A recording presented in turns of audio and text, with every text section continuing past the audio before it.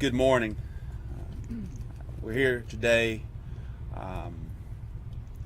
as it continues to be a trying time for Arkansas State Capital City and the state of Arkansas, as we still are experiencing the impact, the devastation of what we now know to be a high-end F3 tornado that wiped across the western portions of Little Rock. We know for a fact that somewhere close to 2,100 to 2,600 structures were impacted. Close to 50 residents were transported to the hospital to experience injuries. Now we're grateful to Energy Arkansas that has worked to get the outages from 30,000 to 10,000, as well as Summit Utilities and the great work that they are doing. We stand here today to welcome and host FEMA Administrator Deanne Criswell. This is a big deal to have President Biden call her and ask her to come to not only Little Rock, Arkansas State Capital City, but as well as Wynne, Arkansas. As we all know by now, there's certain things that are moving forward as it relates to federal assistance that our FEMA Administrator will make some announcements today, and we're just so grateful for her to take the time in less than 48 hours to come to Arkansas to show not only concern but relief as we start the recovery and rebuilding efforts here. One of the things that we wanted to make sure that residents knew, as we say, we're going to continue to have daily updates as much as possible to ensure everyone is aware of what's going on. The city of Little Rock will be standing up a family assistance center. It'll be located at 315 Shackelford. We all know this to be the city center affiliated with the Emmanuel Baptist Church. It's a very large center. It's a great demonstration of the church getting outside of its sanctuary walls to be assistance not only with its residents but also with worshipers. And so they'll be partnering with the city of Little Rock to stand up this family assistance center. There will also be FEMA representatives there. As we know, many individuals are going to need food assistance. They're going to need toiletries, access to other means of shelter as we continue to navigate throughout this entire process. And so I want to commend all of the nonprofit partners that are playing a role in this, and I'll give a list of all those members later, but also just to share that this is a Family Assistance Center, 315 Shackelford.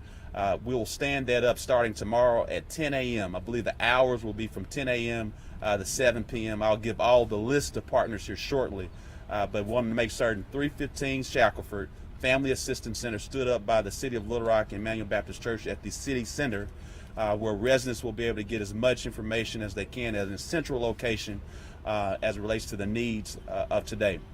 Again, it's my honor and pleasure to not only welcome but host FEMA Administrator Deanne Criswell. Miss Administrator.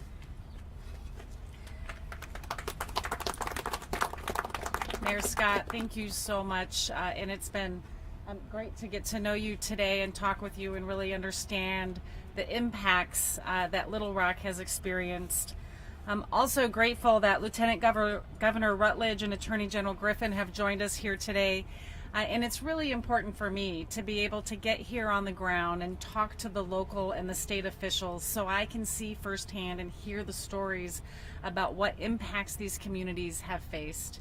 I think one of the hardest parts of my job is the fact that I come into communities that have experienced such devastation. But I would also say that one of the other parts of my job is I get to see communities like Little Rock, the neighbors, coming together to help each other out. There's been great stories of survival from the firefighters in Station 9 that while they were getting ready to go out and help people, they first had to save themselves, but as well as 20 members, at least 20 members from their community that came to the fire station to seek shelter. But they immediately went out to begin trying to do life-saving efforts, some of them maybe not knowing if their own families had been impacted. So the heroic work of these first responders, I just commend all of them for the work that they continue to do. But I also want to commend the neighbors. I often say that our true first responders are the neighbors because they are immediately out there in the neighborhood helping the ones that they care for get to safety. And those are the stories that I heard today. I talked to one family who I asked them what the damages were in their home, and all they could actually say is, "I'm only worried about my neighbors." That's the kind of hope that I think comes from instances like this, and that's the kind of inspiration that I get when I come to communities like Little Rock. And so President Biden did approve the governor's request for disaster declaration this morning, and that means that there is now assistance from the federal government to support the incredible efforts that are already underway from the state and the local communities. For those individuals that don't have insurance or you're underinsured, you can register for assistance. You can go to 1-800-621-FEMA, or you can go to disasterassistance.gov, or you can use our FEMA app. You can begin that process. But as the mayor said, we are also going to have members here that are walking the community. They're going to have on their FEMA shirts. They're going to be at the Family Assistance Center. They're going to be talking to you. They can assist you with registering. They can look up your case. They can help direct you to other resources that you might need. And so we are here to help you as you begin this recovery process. We know that this is going to be a long recovery. But again, as I said, I already see so much hope and inspiration in this community. And we are going to be able to be here and support the state, the locals, and the individuals that have been impacted throughout your recovery process. Thank you.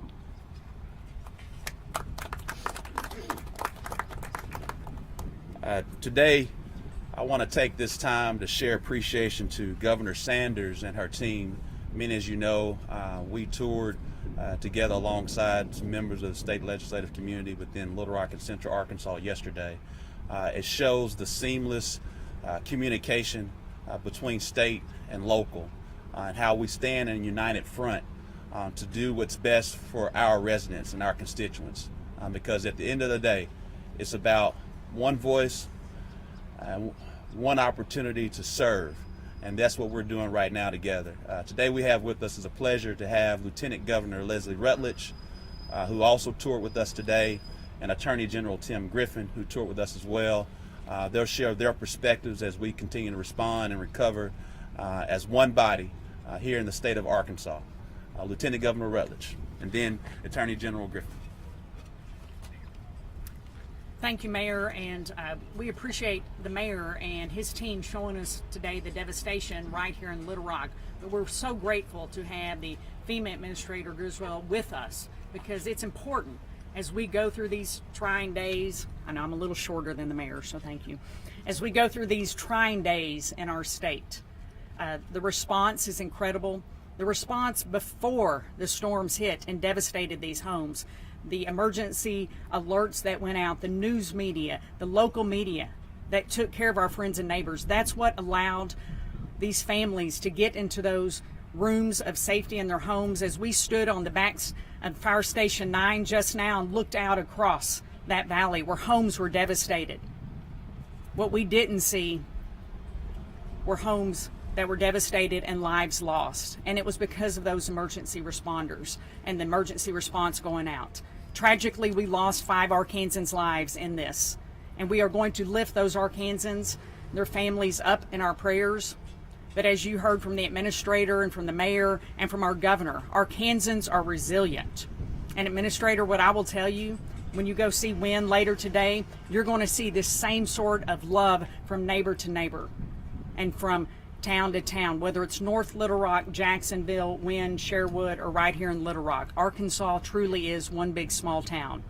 And we are out in full force, picking up the pieces, putting these lives back together. And we're so grateful to have you all from FEMA here with us. But it was really God's hand that reached down and made sure that we didn't have more tragedies in the midst of the destruction. So thank you, Administrator, for being here. Thank you, Mayor Scott, but really a thank you to all the friends and neighbors, Arkansans and first responders, for the work they're doing to put Arkansas back together. Thank you.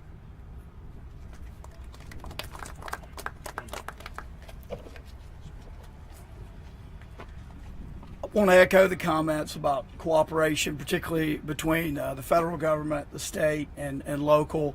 No question that is critically needed at this time. But I also want to compliment just all the different folks who are helping around the state and all these disaster hit areas. No matter where you go, you'll see 20, 25 people in the yard helping when only a few people live in the home. In fact, we've had so many people reach out and want to volunteer. Sometimes it's difficult to know exactly where to steer them. So on that point, I want to go back to what the mayor was saying about the city center. In addition to the city being there, he mentioned that FEMA will be there. There's food there. There's food, there's clothing, and there's other resources working in concert with the mayor and the city.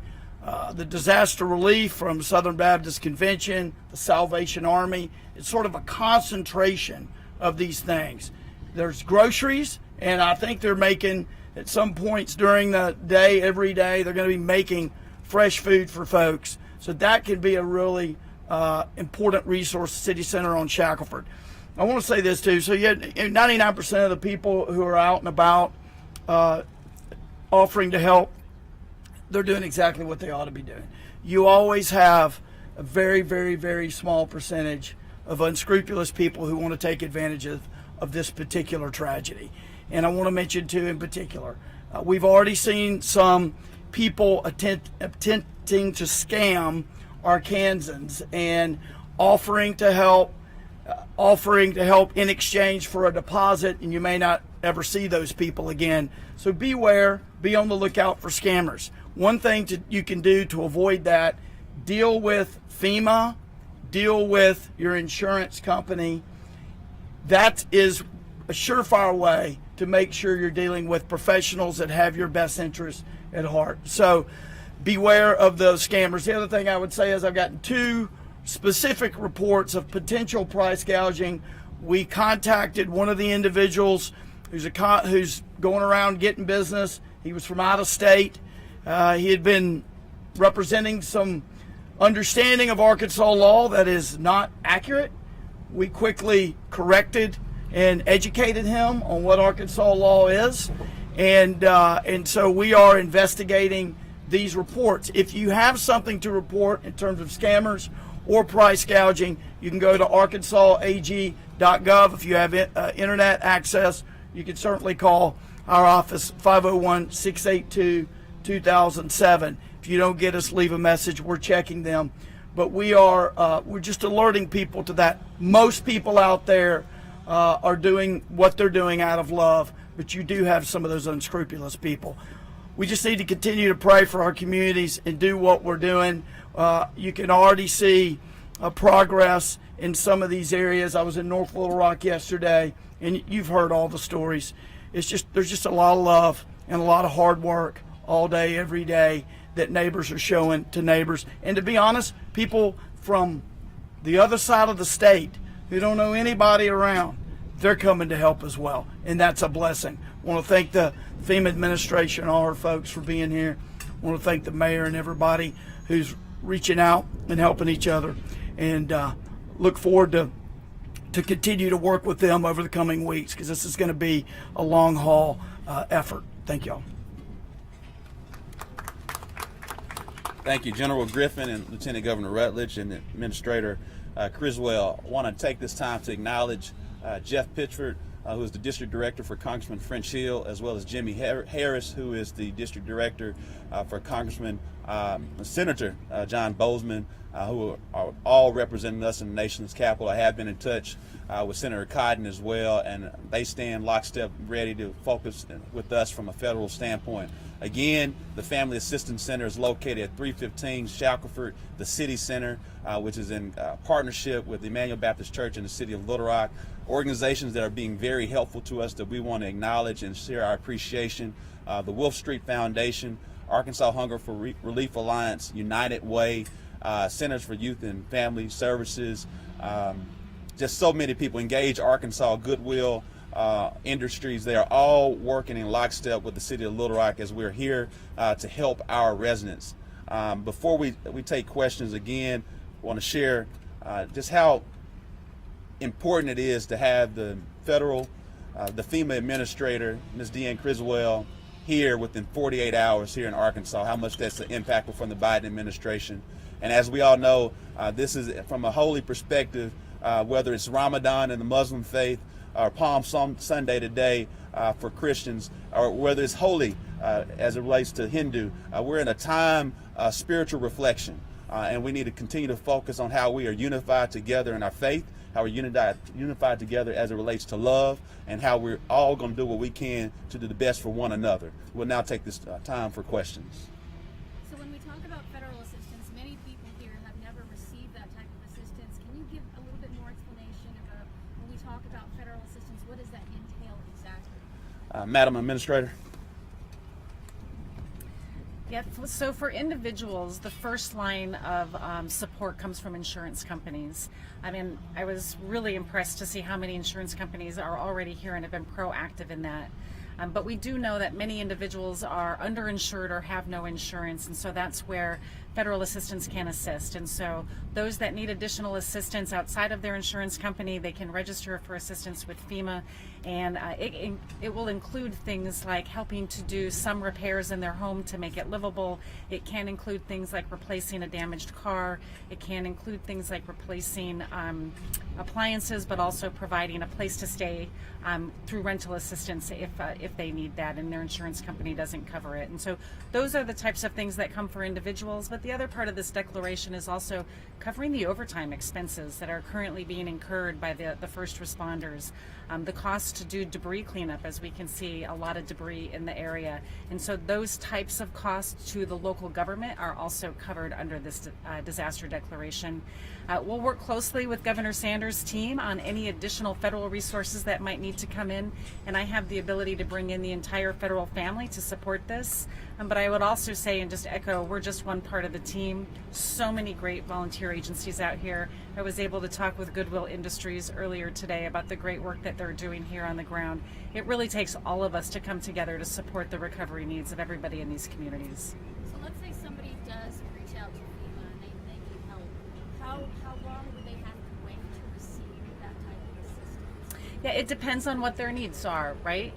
So we know that everybody has a very individual and unique need, and what we do is when they reach out to us for help, that's what we want to understand what their needs are. Sometimes it's connecting them with a nonprofit agency to help them do debris removal or clean out their house. Sometimes it's providing rental assistance so they can have a place to stay in the longer term. It really just depends on what their needs are. And also, I mean, when you're in a tornado, you don't really have time to feed. You don't have time to grab, certain items. Yes. I mean, some of these people might not have any kind of identification. How does that come into play when you're asking for help? Absolutely. There's so many times that people don't have the necessary documentation because it's been destroyed in an event like this. And that's what our caseworkers will do, our applicant services workers will do, as well as insurance companies. They'll work with the families, the individuals, to help them either contact whatever agency they need to get additional documentation, or help them find other ways that they can either prove home ownership, they can prove occupancy as a renter, or other types of identification to validate who they are. So again, everybody's situation is unique. Everybody's going to have a different need. We'll work with them. Now, obviously, we have more people in the state, some who don't speak English or are not proficient in English. Do you have assistance for those people as well? Absolutely. So all of our assistance can, is from a language perspective, they can get that in both English and Spanish. We have staff that will be on the ground that speak both English and Spanish if they call the 1-800 number as well. And if they have a need, they should contact us, and we can work through them to find out what their specific need is. And this isn't the only area that you're coming to, right? Or you're also visiting Wynn? Yeah. Yep. As soon as we're done here, I'm going to be meeting Governor Sanders in Wynn, so I can talk to the community members there and get an idea of what their impacts are, to make sure that we are providing whatever support Governor Sanders needs to support this community and that community in their recovery process. Anybody else have any questions? Sorry. Due to our schedule, we're going to have to end the press conference. Thank you, everyone. Thank you.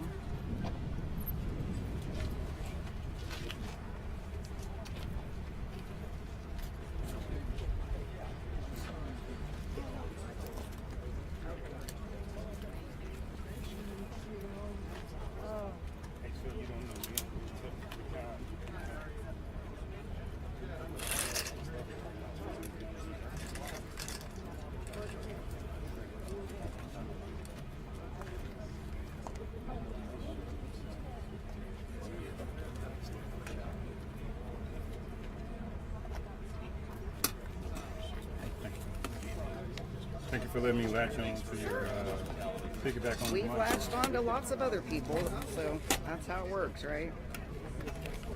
That tape was good.